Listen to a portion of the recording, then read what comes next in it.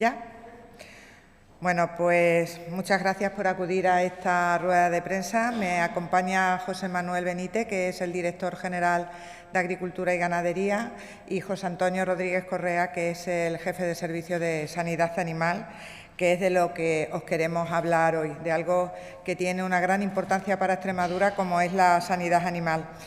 Sabéis que una buena salud de nuestra cabaña ganadera es sinónimo de calidad y es indiscutible esta calidad para que nosotros podamos vender nuestros productos de la manera que queremos, ¿no? Pero hay que hacerlo también sin olvidar algo importantísimo, que son los ganaderos de nuestra región, ¿no? Sabemos los problemas y las pérdidas que supone para cualquiera de cualquier explotación ganadera que entre una enfermedad animal.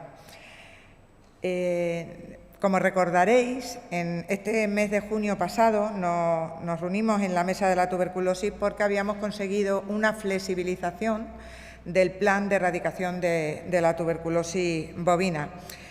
Esta flexibilización era algo que venían reclamando nuestros ganaderos desde hace muchísimo tiempo, desde hace años, y desde el Gobierno de la presidenta Guardiola hemos escuchado esas reivindicaciones y hemos pedido al Ministerio unas modificaciones de ese plan que entendíamos lógicas y necesarias. De hecho, por iniciativa de este Gobierno, por iniciativa de Extremadura, se reunió a finales de 2023 el Grupo de Trabajo de Tuberculosis Bovina y se llegó a la modificación de algunas de esas medidas que habían provocado tantos problemas a los ganaderos.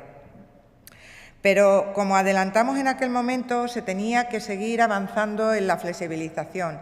Es decir, se ha venido aplicando durante muchísimos años, decenas de años, el plan de erradicación de la tuberculosis de una manera y no ha dado resultados, no ha sido efectivo. Por lo tanto, debemos continuar en un cambio de modelo y debemos seguir con una flexibilización. Y en eso ya se le ha puesto de manifiesto al ministro en la última conferencia sectorial que tuvimos en Pamplona, en la que quedamos claro que seguiremos trabajando y avanzando en esa flexibilización.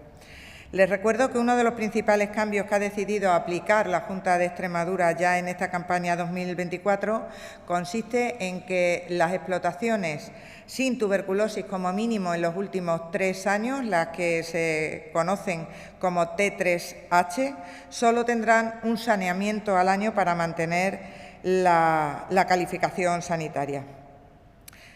Pues bien, junto con esa flexibilización también dijimos que íbamos a poner en marcha una estrategia novedosa como complemento, y es una estrategia de asesoramiento e información al sector ganadero para buscar soluciones al reto de control de la tuberculosis, y eso es lo que hoy les hemos venido a presentar. ¿Cuál es nuestro objetivo? Que los ganaderos estén asesorados por los veterinarios y que no parezca que lo único que se puede hacer en la lucha contra las enfermedades animales sea el sacrificio del ganado. Por este motivo, hoy venimos a presentar esta estrategia, como os digo, y dentro de la misma hemos elaborado una guía que se os va a facilitar, en la que se le da un asesoramiento técnico en materia de sanidad animal dirigido al sector bovino, especialmente al sector bovino de carne de nuestra región. Se trata de una guía muy completa en la que los ganaderos van a disponer de una información de utilidad en temas tan importantes como bioseguridad, higiene, formación, sanidad y bienestar animal. Por ejemplo, se especifican dentro de las enfermedades de declaración obligatoria sus características, consejos de actuación, normativa básica de ordenación de las explotaciones bovinas. Se explican también cuáles son las medidas de flexibilización que hemos conseguido dentro de este Plan Nacional de Erradicación de la Tuberculosis bovina y aporta medidas de bioseguridad asociadas a factores de riesgo. En definitiva, se ha hecho una recopilación de toda la información que consideramos que puede ser de utilidad para nuestros ganaderos, con consejos y orientaciones para mantener un ganado sano y en óptimas condiciones. Estas guías se van a repartir a los ganaderos a través de la segunda parte de este asesoramiento que ahora les voy a explicar, y también tendrán acceso a ellas en las oficinas veterinarias de zona, o en formato digital se la podrán descargar desde Cañada, que es la Oficina Veterinaria Virtual de Extremadura. Junto con esta guía, la estrategia de asesoramiento va mucho más allá, porque lo importante es el contacto directo con nuestros ganaderos para que estén bien informados y tengan esas herramientas que les decía necesarias para prevenir esta enfermedad, especialmente la tuberculosis. Así, en la primera fase de esta estrategia se ha comenzado con visitas de ganaderos a las explotaciones calificadas como históricas, las T3H que les decía anteriormente, precisamente para dar ese asesoramiento a los ganaderos con el objetivo de prevenir y evitar la aparición de los casos de tuberculosis en estas explotaciones que llevan ya años sin tener esta enfermedad. Esta es una primera fase e iremos ampliando estas visitas a todas las explotaciones ganaderas, porque queremos llevar a cabo un cambio de modelo. Con esto queremos demostrar nuestro firme compromiso con la sanidad animal, porque consideramos que las cosas se pueden hacer también de otra manera, es decir, se quita esa famosa doble vuelta en las explotaciones que llevan años sin confirmar casos de tuberculosis, pero no bajamos la guardia y estamos en permanente constante con esos titulares de la explotación para trabajar con ellos, con los trabajadores, y ver cuáles son los puntos críticos sobre los que hay que seguir avanzando. Y además se le dice cuáles son esas medidas que necesita poner en su explotación para evitar la entrada de las enfermedades. Siempre, como les decía, asesorando y aconsejando. Esto yo creo que permite cambiar esa forma en la que se ha estado trabajando hasta el momento, porque nosotros lo que tratamos es estar con el ganadero y no contra el ganadero, que es lo que el sector ha sentido durante todo este tiempo, que la Administración va contra él en lugar de estar a su lado para ayudarlos. Con estas medidas lo estamos demostrando con hechos y no con palabras. Y esto principalmente lo quería comentarles en el día de hoy, y estamos a su disposición para cualquier pregunta. Gracias.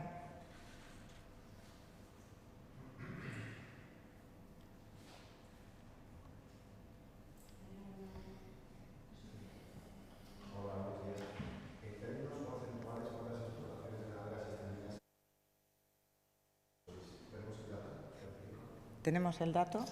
Sí. Pasa, cuéntalo tú. Sí. Bien, los datos de prevalencia de rebaño, de tuberculosis bovinas que tenemos, sí, están referenciados al año 2023, que es el último en el que se han facilitado datos. La prevalencia de establecimientos en el año 2023 ha sido de 4,56%, los rebaños analizados, en los que se ha confirmado la presencia del complejo Mycobacterium tuberculosis en esos rebaños. Del total de establecimientos a 31 de diciembre, que son 10.229, en el caso del año 2023, el número de establecimientos positivos son 455, que, insisto, pues abordan ese dato de 4,56% de prevalencia de rebaño. Bien. Tenemos también, como es lógico, los datos por provincia. En este caso, en la provincia de Badajoz, la prevalencia de rebaño en el año 2023 es 2,61% y en la de Cáceres 5,67%.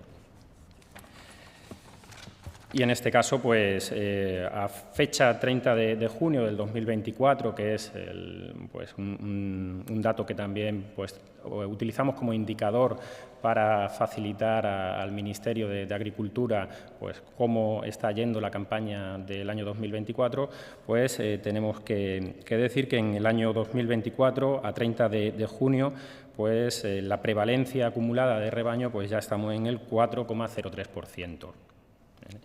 Esto, evidentemente, con respecto al año anterior, pues ya nos marca una tendencia que lógicamente pues, tiene su justificación y sabemos que la causa evidentemente pues, científica y técnicamente está demostrado que en años de sequía pues la tuberculosis se transmite en puntos indirectos, como pueden ser puntos de agua, charcas, y cuando comparten pues, el ganado doméstico con la fauna silvestre, fundamentalmente esos puntos de agua y puntos de alimentación, pues en el año 2023 sufrimos una sequía que todos conocemos y fue un año que climatológicamente, sobre todo en el verano, fue muy comprometido. Ya veníamos también del 2022 con pues una sequía que se agravó a lo largo del primer semestre de 2023 y en este caso pues los datos ya nos los esperábamos porque, bueno, insisto,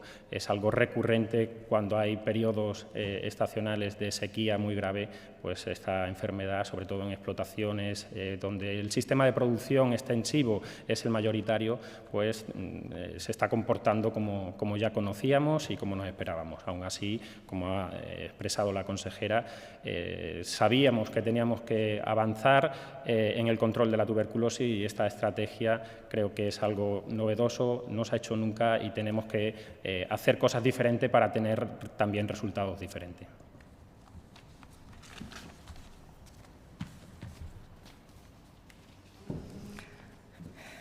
Yo quería comentar también que sabéis que depende mucho de la fauna salvaje que convive con el ganado convencional.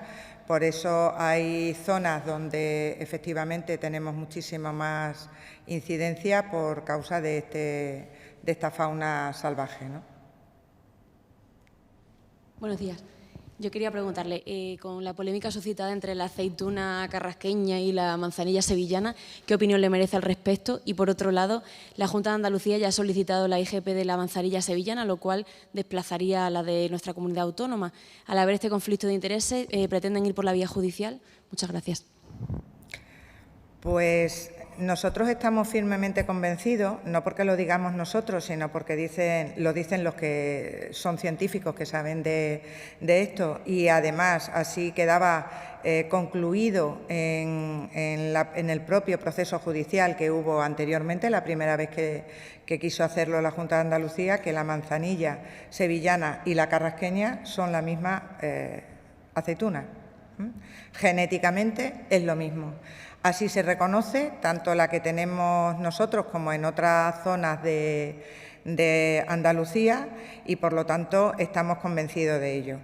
La Junta de Andalucía ha vuelto a sacar esa orden de la IGP y nosotros desde la Junta de Extremadura estamos trabajando ya con la abogacía de la Junta para ver las posibilidades de recurrir de nuevo esta orden porque no estamos en absoluto de acuerdo y llegaremos hasta donde tengamos que llegar para defender los intereses de los productores de la provincia de Badajoz que tienen esa manzanilla denominada carrasqueña en Extremadura. Nada.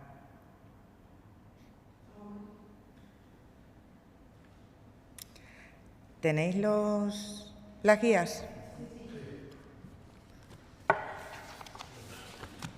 Pues muchas gracias. Hasta luego.